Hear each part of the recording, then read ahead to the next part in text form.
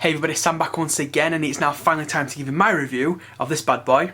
It is Apple's 4th generation iPad. So, let's get into the review.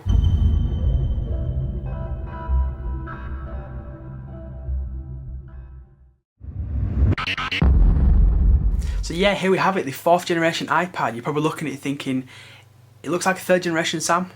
You are correct. The only difference between the 3rd and the 4th generation in terms of physical look is the lightning connector. Apart from that, they're identical, same screen, same way, design, there's no difference whatsoever. So all Apple did is basically stick a new port on the bottom, which I'm a fan of in all honesty. I like the lightning connector. So, you know, big props to Apple for basically updating the line. They want all the new stuff to run in the same connector.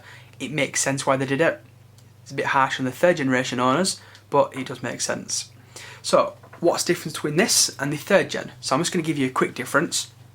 Now the one I'm running is a 32GB, so it's a Wi-Fi only model, as you can tell by the actual top of it there. It doesn't have the actual cellular kind of section there.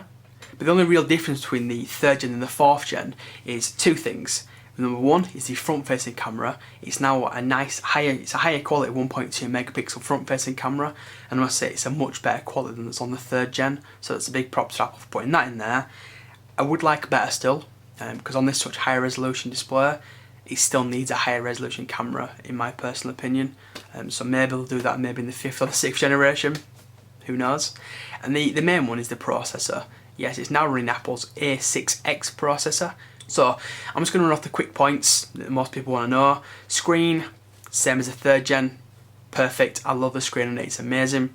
Battery life, pretty much identical to the 3rd gen again. There's no real difference. You know, I've not got any longer or any shorter. It's pretty much the same.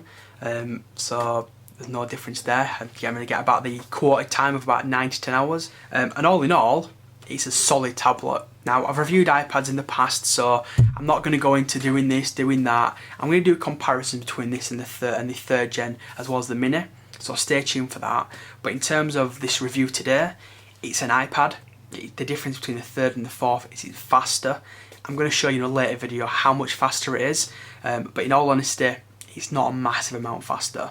Benchmarking scores, it blows it away, but in terms of everyday usage, for my personal usage, and that again, that's for YouTube, for browsing the internet, playing a couple of games now and again, you know, and tweeting out, I've not noticed any significant difference. It's a little bit faster. You can notice some things load a little quick, like games. So like your high resolution games, like your FIFA games, that kind of stuff maybe load maybe a second or two quicker. But it's not super fast. It's not night and day fast, because the 3rd gen was already bloody fast as it was. This just makes it a little bit faster. So in terms of that, it's the fastest iPad going. Again, as I said, you'll expect it to be the fastest iPad. They won't make a slow one, would they? So obviously, if you're looking to pick up an iPad, I can definitely recommend it. You know, the camera quality is exactly the same as the 3rd gen. The front-facing one is slightly better. I've got a video uploaded for that one. That'll be uploaded at the same time as this video, so stay tuned for that. But yeah, if you're looking for an iPad and you haven't got one already and you want the big bad boy and you can afford it, get this one. If you don't need this, then maybe pick up a 2nd, 3rd generation one. You'll be able to get a cheaper one now. I can still recommend a 3rd generation one, because I'm actually going to return this one to Apple, because as you'll know, I do like the fastest thing on the market, you know, blah blah blah.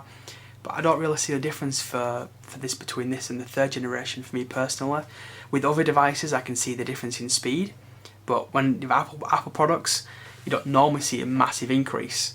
Now, yes, I saw one from the iPad 1 to the iPad 2 and then to the iPad 3, but this one, not much, in all honesty. When you look at your benchmarks, it looks fantastic again, but usability, there's not a massive difference in all honesty. So I can recommend it, but I wouldn't recommend upgrading from a 3rd generation if you've already got one. So yeah, that's it people. If you want to have any questions about the iPad 4th generation, you know what to do by now, hit me up down below. I mean, don't forget to follow me on Twitter at samjpullen.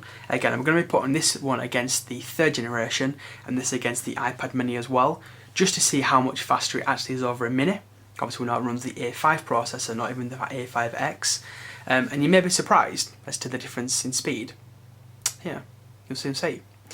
Anyway, again, thank you for watching. If you did like the video, please hit that thumbs up. It is very much appreciated. Subscribe if you're not subscribed. It's in the top right in one of these corners, I think. And yeah, you'll see me all in my next video. Cheers, everyone.